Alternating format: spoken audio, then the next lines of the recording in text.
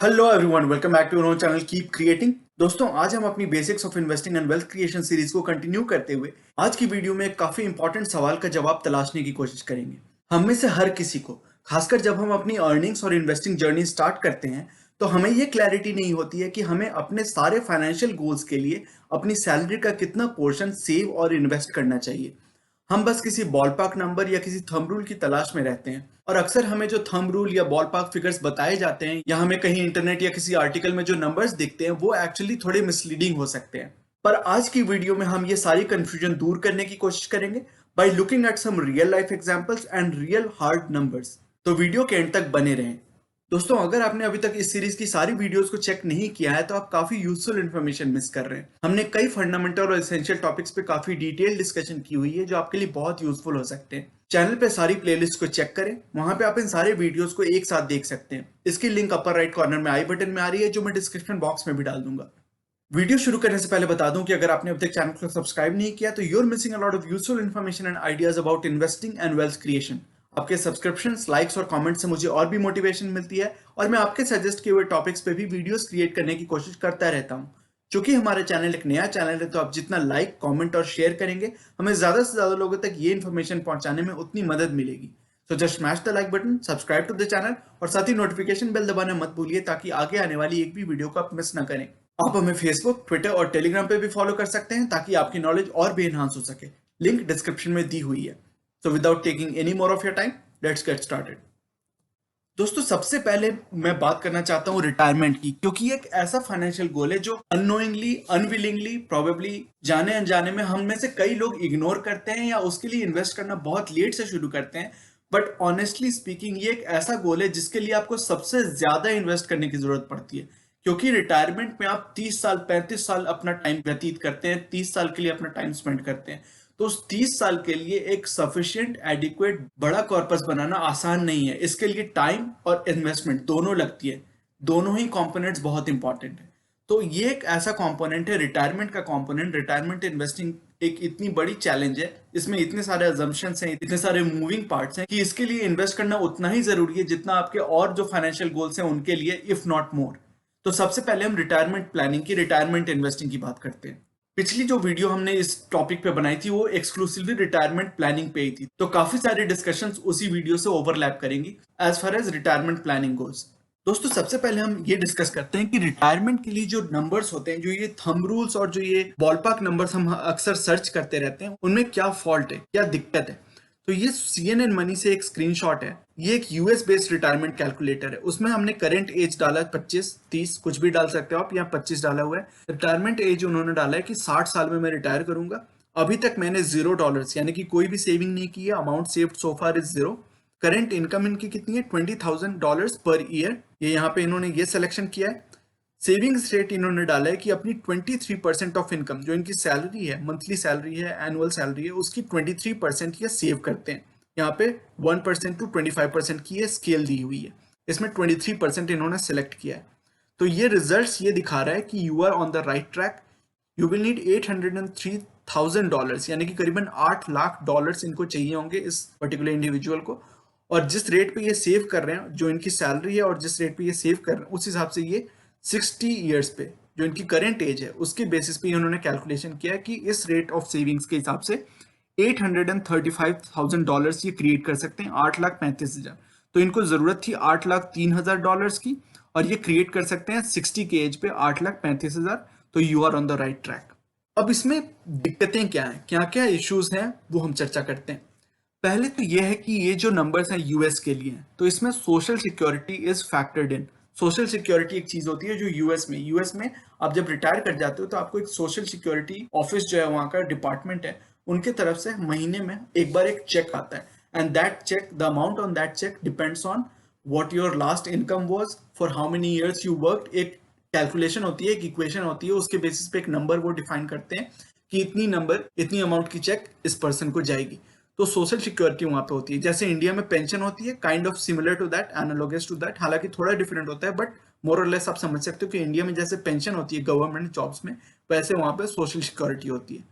All of these equations, all of these calculations are pre tax. यहाँ पे जो numbers calculate किए कि आप अगर 25 की एज से स्टार्ट करना शुरू करते हो इन्वेस्ट करना, आप 20,000 की सैलरी है, उसमें से 23% आप इन्वेस्ट कर रहे हो, तो इनमें जो कैलकुलेशन है रिटर्न वगैरह की, वो those calculation are pre tax not post tax. Obviously आपको जो रिटर्न आएगी वो पोस्ट टैक्स होगी, लेकिन यहाँ पे प्री टैक्स कैलकुलेशन है।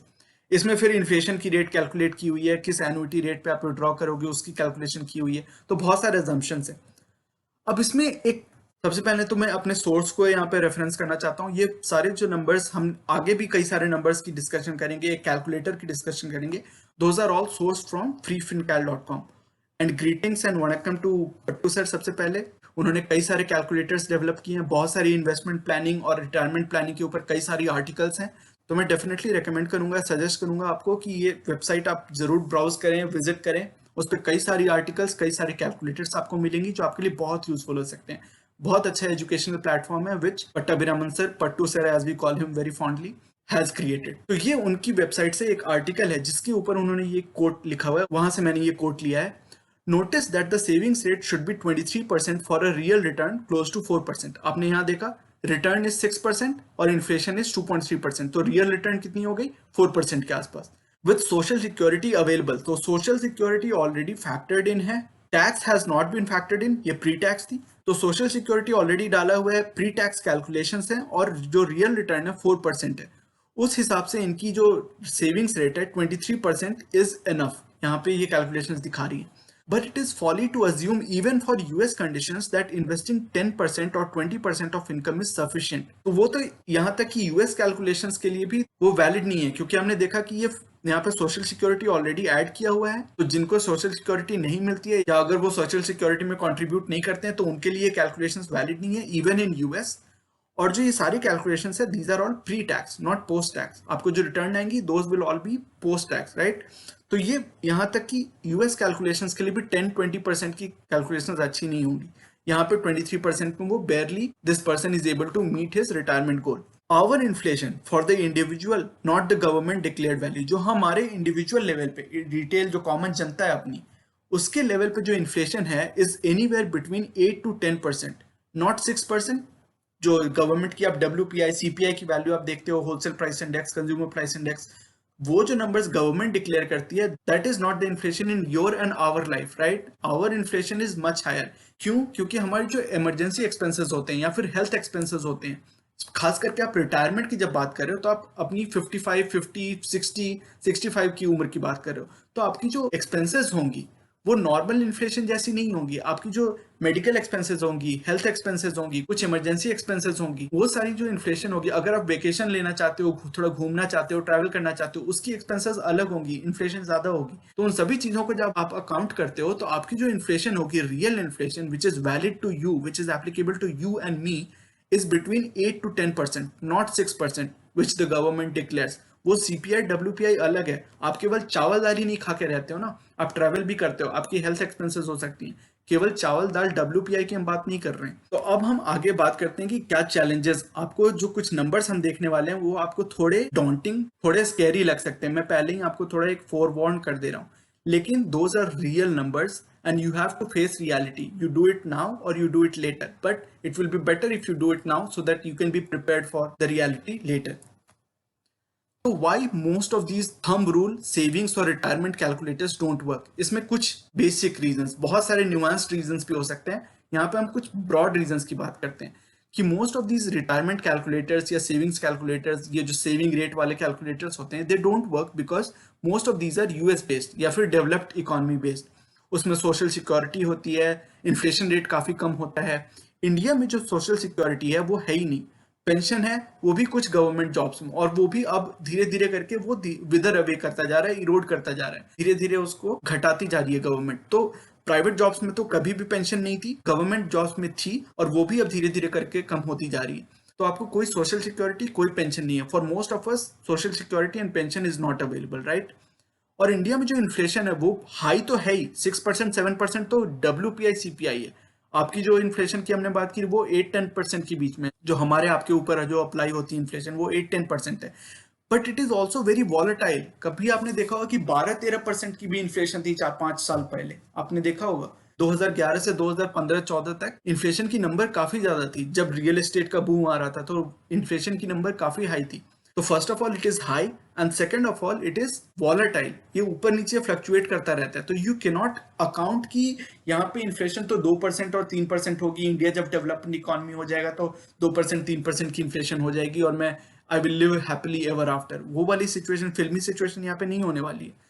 फिर तीसरी फैक्टर ये है कि longevity numbers are different. India में जो लॉन्जिविटी है और यूएस की लॉन्जिविटी है या डेवलप्ड कंट्रीज की जो लॉन्जिविटी है, जिससे इस तक आप जिंदा रहोगे, वो नंबर्स डिफरेंट है, प्लस टैक्सेशन इज डिफरेंट। तो these numbers do not translate one two one. जो यूएस के नंबर्स हैं those will not translate one two the Indian context. अब हम कुछ नंबर्स यहाँ पे, ये कैलकुलेटर है, एक बहुत ही इजी टू यूज, काफी अच्छा कैलकुलेटर है जो पट्टू सर ने डेवलप किया है। This has also been sourced from FiFinCal, उस वेबसाइट को आप चेक कर सकते हैं और ये कैलकुलेटर भी आप वहां पे प्ले अराउंड कर सकते हैं। बट मैंने यहाँ पे ऑलरेडी प्ले अराउंड करके आपको कुछ नंबर्स दिखाने की कोशिश की है। तो ये एक रिटायरमेंट प्लानर है। ये जो सारे जो येलो में है वो इनपुट्स हैं और ये जो ब्लू शेडेड नंबर्स हैं, जो सेल है, ये दिस इज द आउटपुट। तो इनपुट्स क्या क्या है? पहली इनपुट है anticipated post retirement rate of interest. Rate of interest का मतलब कितनी रिटर्न आ रही है आपको। तो ओवरऑल पोर्टफोलियो पे post retirement, post tax return after retirement, तो आप रिटायर जब कर जाओगे तो आपको पोस्ट टैक्स रिटर्न कितनी मिलेगी, नॉट प्री टैक्स, मैं पोस्ट टैक्स की बात कर रहा हूँ, आफ्टर रिटायरमेंट। तो मैं अज्यूम कर रहा हूँ, मैंने 7% इसलिए यहाँ पे डाला है क्योंकि मैं अज्यूम कर रहा हूँ कि आप ज्यादातर अपने रिटायरमेंट के बाद सेफ इंस्ट्रूमेंट्स में, डेट इंस्ट्रूमेंट्स में, या जो आपकी पीपीएफ है या फिर सीनियर सिटीजन सेविंग स्कीम है, प्रधानमंत्री वय वंदना योजना है, तो उन सभी में आप इन्वेस्ट करोगे। तो उनकी रिटर्न कितनी होती है? 7% 8% के बीच में। उसको आप टैक्स जब घटा दोगे वो बेसिकली 6, 6.5, 7% के आसपास बचेंगी। तो अगर मैंने अज्यूम कर लिया कि आप थोड़ा सा इक्विटी एक्सपोजर भी रखते हो, आप काफी करेजियस हो, काफी आपकी एक्सपीरियंस है इक्विटी में, लेट से आपने कुछ इक्विटी एक्सपोजर भी रख लिया, जो कि ज्यादातर लोगों के लिए ट्रू नहीं होगा, बट मैंने अगर वो अज्यूम कर भी लिया कि आपने थोड़ा इक्विटी एक्सपोजर लिया है, तो 7 to 8% से ज्यादा आपकी रेट ऑफ इंटरेस्ट यानी कि रिटर्न नहीं होने वाली है। Post tax return after retirement की यहाँ पे बात हो रही है, तो वो मैंने 7% यहाँ पे लिया है। आपकी करंट मंथली एक्सपेंसेस कितनी है, यानी कि आपकी जो एनुअल एक्सपेंसेस है उसको डिवाइड कर दो 12 से, या फिर इजीली आप अपनी मंथली एक्सपेंसेस यहाँ पे डाल सकते हो। These monthly expenses will be the expenses that will persist after retirement, क्योंकि ये रिटायरमेंट प्लानर है, राइट, रिटायरमेंट कैलकुलेटर है। तो आप वो सारी एक्सपेंसेस जो आपकी रिटायरमेंट के बाद भी परसिस्ट करेंगी, रिटायरमेंट के बाद भी रहेंगी, उन सभी को यहाँ पे डालो। तो इसमें क्या क्या आप एक्सक्लूड कर सकते हो, जो आपकी करंट मंथली एक्सपेंसेस है उसमें से क्या क्या एक्सक्लूड कर सकते हो? ईएमआई, अगर आप किसी होम लोन ले रखा है, आपने व्हीकल लोन ले रखा है, किसी भी तरह का लोन ले रखा है, तो आप अज्यूम करोगे होपफुली कि आपकी रिटायरमेंट में वो लोन नहीं होंगे, राइट, आपने पे ऑफ कर दिया होगा उस समय तक। तो उसकी ईएमआई, अगर कोई भी आपकी ऐसी लोन चल रही है जो रिटायरमेंट में नहीं होने वाली है, उसकी ईएमआई आप डिडक्ट कर लो, आप हटा दो उसमें से, अपनी मंथली एक्सपेंसेस में से।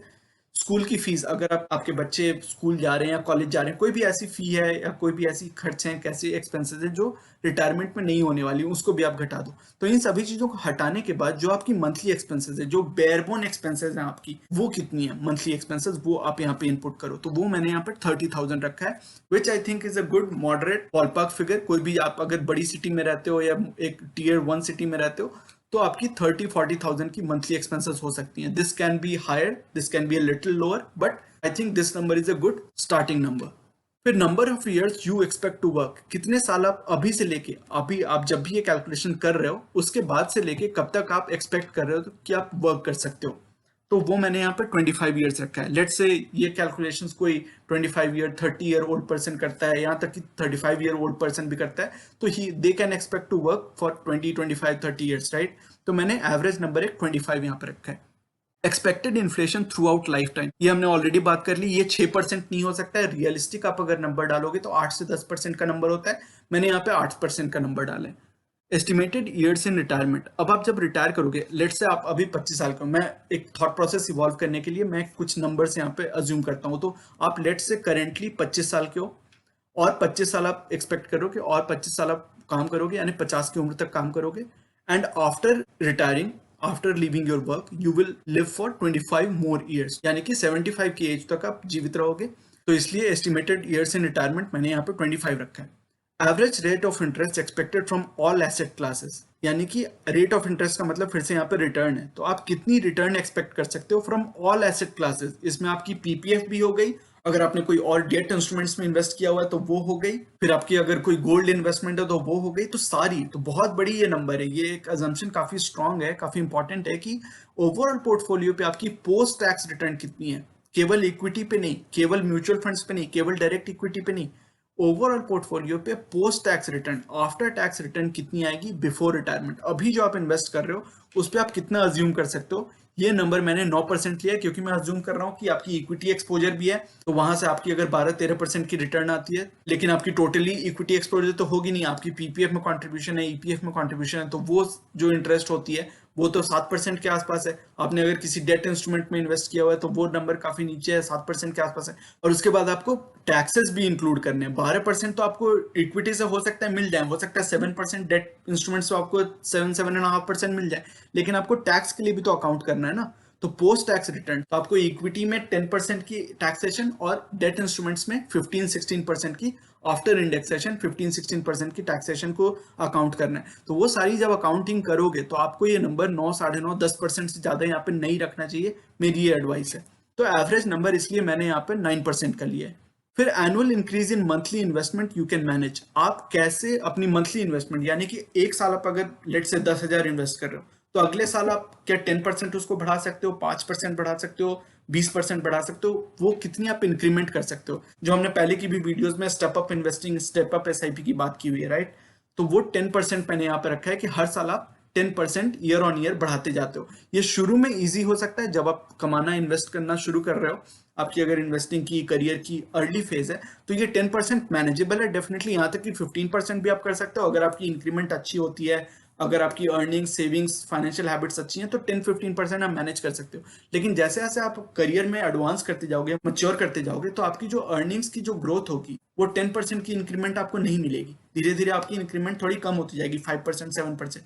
तो आगे चल के ये 10% मैनेज करना देखने में छोटा लगता है कि आप अगर 10,000 की इन्वेस्टमेंट्स इस साल कर रहे हो तो अगले साल आपको 11,000 की एसआईपी करनी है, उसके अगले साल आपको 12,100 की एसआईपी करनी, तो धीरे धीरे ये नंबर बढ़ेंगे। लेकिन जब ये नंबर बड़े होते जाएंगे, जब 60,000, 1 लाख की आपकी एसआईपी पहुंचेगी, तो वो 10% इज सिग्निफिकेंट। तो इनिशियली थोड़ा आसान हो सकता है, बट आगे चल के ये डिफिकल्ट हो सकता है। लेकिन फिर भी मैंने यहाँ पे 10% का नंबर लिया है, starting number.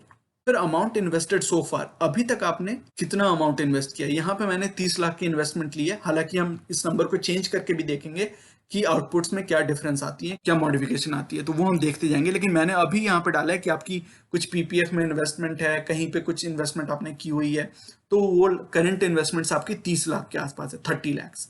Average rate of interest, यानी कि average return for this amount, जो आपने ऑलरेडी इन्वेस्ट किया हुआ है, तो पीपीएफ वगैरह में आपने, वो तो मैंडेटरी आपके कॉन्ट्रीब्यूशन है, फिर आपने हो सकता है कुछ विलिंगली भी आपने वीपीएफ में, पीपीएफ में इन्वेस्ट किया हो, कोई और डेट इंस्ट्रूमेंट्स में इन्वेस्ट किया, तो उसमें मैंने फिर भी 8% का लिया है कि हो सकता है आपकी कुछ इक्विटी एक्सपोजर भी हो, कुछ स्टॉक्स में, म्यूचुअल फंड्स में आपने इन्वेस्ट किया हो, तो 8% की मैंने रेट ऑफ इंटरेस्ट यानी कि रिटर्न उसमें 8% की मानी है, क्योंकि मैंने यहाँ पे अज्यूम किया कि मोस्टली आपने डेट में अभी इन्वेस्ट किया हुआ करेंटली, और अभी आप अपनी रिटायरमेंट प्लानिंग कर रहे हो, अब आप इक्विटी में एक्सपोजर लेना शुरू करोगे, अब आप इक्विटी में ज्यादा इन्वेस्ट करना शुरू करोगे, इसलिए मैंने यहाँ पे 8% का लिया। हालांकि ये नंबर बहुत ज्यादा रिजल्ट को चेंज नहीं करता, आप अगर यहाँ पे 10% भी डाल दो, 9% डाल दो, तो भी ये नंबर्स बहुत ज्यादा चेंज नहीं होंगे। ये आप खुद भी प्रैक्टिस करके देख सकते हो। लेकिन एनीवे, तो ये सारे जब आपने इनपुट्स डाले, ये सारी नंबर्स यहाँ पे फीड किए, तो आपको ये पता चला कि monthly investment needed as percentage of current expenses. यहाँ पे एक्सपेंसेस की बात हो रही है, अर्निंग्स की बात नहीं हो रही है, आपकी सैलरी कितनी है उसकी बात नहीं हो रही है, आप कितना स्पेंड कर रहे हो पर मंथ। यहाँ पे आपकी सैलरी 1 लाख हो सकती है, 50,000 हो सकती है, कुछ भी हो सकती है, लेकिन आप अगर लेट से 30,000 आपकी करंट मंथली एक्सपेंसेस है, तो उसका कितना परसेंट आपको अभी अपनी केवल रिटायरमेंट के लिए, सारे गोल्स की बात नहीं हो रही, केवल रिटायरमेंट के लिए you have to invest 60% of 30,000। जो भी आपकी करंट मंथली एक्सपेंसेस है, अगर वो 50,000 है तो 60% ऑफ 50,000। अगर आपकी 30,000 मंथली एक्सपेंसेस है, करंट मंथली एक्सपेंसेस, तो you have to invest 62% of 30,000। तो मैं कहूंगा कि ये सारे जो इनपुट्स हैं, ये सारे नॉर्मल इनपुट्स हैं, राइट। कोई भी ऐसे नंबर्स हमने, कोई एक्सेप्शनल, कोई एकदम out of the park numbers नहीं लिए हैं, काफी रीजनेबल नंबर्स हैं ये, राइट। तो इनको मैं नॉर्मल इनपुट्स मानता हूं। अब हम कुछ इनपुट्स को चेंज करके देखते हैं कि कैसे ये नंबर, ये जो 62% की नंबर है ऑफ योर मंथली एक्सपेंसेस, ये नंबर कैसे चेंज होती है, कैसे इवॉल्व करती है, ये हम देखते जाते हैं। तो पहला केस ये है कि हमने सारे नंबर सेम रखे हैं। आपकी 7% की रिटर्न आएगी पोस्ट टैक्स आफ्टर रिटायरमेंट, सब कुछ सेम रखा है। यहाँ पे कितने साल आप काम करोगे, कितने साल तक जिंदा रहोगे, बाकी सारे नंबर सेम रखे हैं। बस इस नंबर को चेंज किया है कि 30,000 की जगह अगर आपकी करंट मंथली एक्सपेंसेस 50,000 है इंस्टेड ऑफ 30,000, तो 30K से बढ़ के ये मंथली एक्सपेंसेस 50K हो गई, तो ये नंबर 62% से बढ़ के 71-72% के आसपास हो गया। तो ऑलरेडी आप देख रहे हैं कि केवल एक नंबर को चेंज करने पे ये नंबर बढ़ गई है। अब हमने उस नंबर को सेम रखा, 30,000 ही रखा, बस ये अज्यूम किया कि आप 75 की जगह 80 तक सरवाइव करते हो, राइट? यानी कि अभी आपकी करंट एज लेट से 25 है, आप और 25 साल काम करने वाले हो, 25 ईयर्स काम करने वाले हो, तो आपकी एज हो गई 50, और आप 75 की जगह 80 तक जिंदा रहते हो, 30 ईयर्स मोर। तो वो नंबर 62% से बढ़ के हो जाती है 82%, if only you lived 5% longer than you originally planned for. You originally planned for 75 years of longevity, लेकिन आप 80 तक सर्वाइव करते हो, तो this number has to be 82% instead of 62%।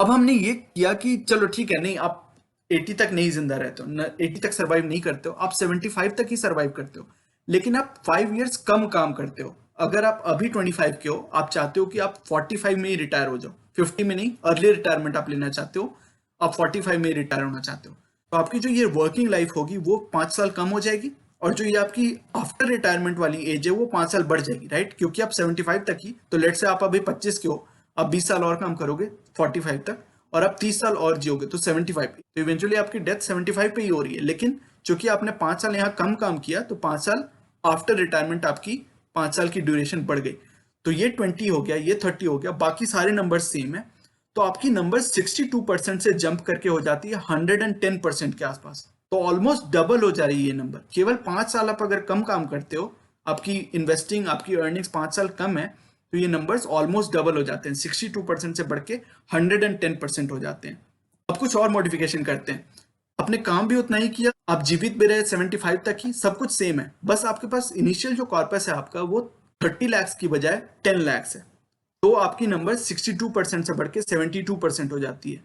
उसी तरह आपकी अगर इनिशियल कॉर्पस 30 लाख की बजाय 3 लाख है, जो बहुत लोगों के साथ हो भी सकता है, बहुत लोगों के साथ हो सकता है आपने इन्वेस्टमेंट्स बहुत ज्यादा नहीं किए, specially when we are considering कि आपकी करंट एज 25 ही है, तो 25 में 10 लाख की भी इन्वेस्टमेंट हो सकता है बहुत लोगों के लिए पॉसिबल ना हो, या हो सकता है बहुत लोगों के लिए 3 लाख की भी कैपिटल बहुत उस समय रीजनेबल ना हो, लेकिन हमने यहाँ अज्यूम किया है कि हो सकता है, मोस्टली आप अज्यूम कर सकते हो सकता है कि पीपीएफ वगैरह सब कुछ सेविंग करके 25 की एज पे 3 लाख की कॉर्पस उन्होंने किसी पर्सन ने इन्वेस्ट की हुई है।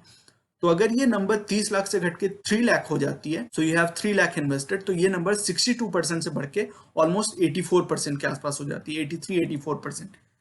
अब सबसे बड़ी चीज, सबसे बड़ा आश्चर्य जो आपको यहाँ पे शायद होगा, अगर ये नंबर, सारे नंबर सेम रहते हैं, आपके पास 30 लाख की भी कॉर्पस है, 30 लाख की corpus at the age of 25, you work for 25 more years and you die at 75, तो everything else remains the same, but आप अगर स्टेप अप इन्वेस्टिंग जो है आपकी वो 10% से घट के 5% हो जाती है। अगर आप हर साल अपनी जो मंथली एसआईपी है उसको 10% की बजाय केवल 5% ही बढ़ा पाते हो, 0% कर दें तब तो ये नंबर इतना बड़ा हो जाए कि शायद आप देखना भी पसंद ना करें, इसलिए मैं उसको यहाँ पे डिस्कस नहीं कर रहा। आप फ्रीफिन कैल पे जाके ये कैलकुलेटेड डाउनलोड करो और खुद ये नंबर्स फीड करके थोड़ा प्ले अराउंड कर लो।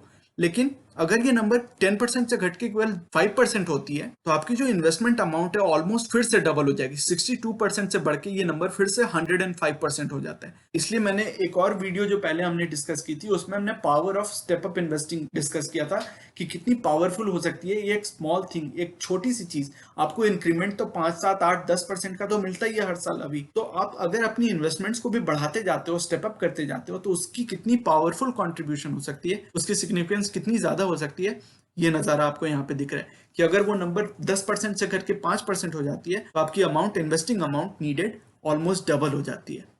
तो दोस्तों जैसा हमने देखा, रिटायरमेंट प्लानिंग एक बहुत बड़ा चंक है पूरी आपकी फाइनेंशियल प्लानिंग का। बहुत सारे लोग जाने अनजाने में इसको इग्नोर करें या डिले करें, बट एक्चुअली रिटायरमेंट के लिए आपको बहुत ज्यादा इन्वेस्ट करने की जरूरत है। हमें से ज्यादातर लोग अगर इसके बारे में जल्दी सजग हो जाएं, जल्दी इसके बारे में अवेयर हो जाएं और जल्दी इन्वेस्ट करना शुरू कर दें, उतना अच्छा होगा इंडिया की ग्रोइंग यंग पॉपुलेशन के लिए। तो जैसा हमने रिटायरमेंट प्लानिंग वाली वीडियो में भी देखा था, फ्री फिनकैल पे ये एडवाइस है कि as far as retirement goes, you should invest at least as much as you spend each month for normal retirement.